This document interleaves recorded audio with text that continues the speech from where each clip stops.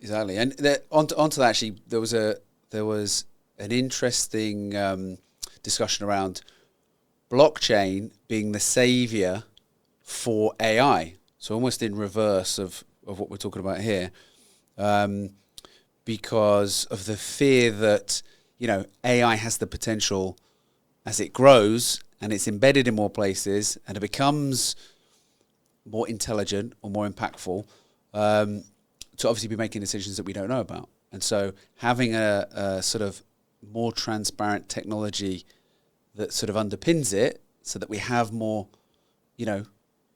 understanding of where decisions have been made, how they've been made, and some sort of audit is an interesting area. And I think, I could quite easily see blockchain playing a part in the future of AI, actually in reverse to what we were saying just there.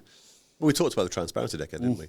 About in a world where you're not quite in a world where you're not quite in a world where you're deeper. You got to go deeper, right?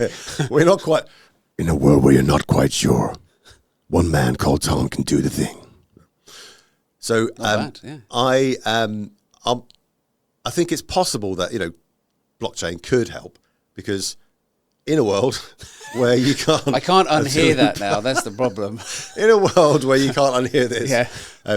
If you don't know where content, for instance, is coming from, if there's transparency around that, and you can go from X to Y and understand where it's come from and if it's real or not, that's a good thing. Watermarking is a good example. With some of the, I think Google came out and said it, some of the AI watermarking, even if it's not visible to people, which may be coming out as well.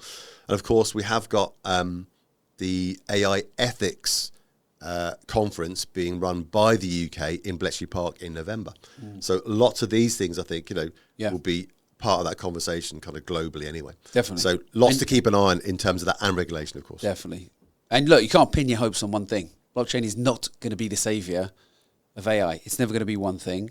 Some people putting all their hopes on that, is certainly not the right approach. There's a combination of things that need to happen, clearly, like you say, regulation, and oversight, yes, some transparency and the ability to audit it, thoughtful approach, going into the right areas, how we manage the growth of AI, because you think in a capitalist society as well, the drivers for companies to make money and profit are extremely high. And now with AI, the risk of pushing down the wrong route, which isn't actually going to benefit society or people, becomes quite great, doesn't it? I mean, this is what people are really afraid of. There's huge upsides, but also there's some sort of big downsides as well, particularly the systems we've got right now.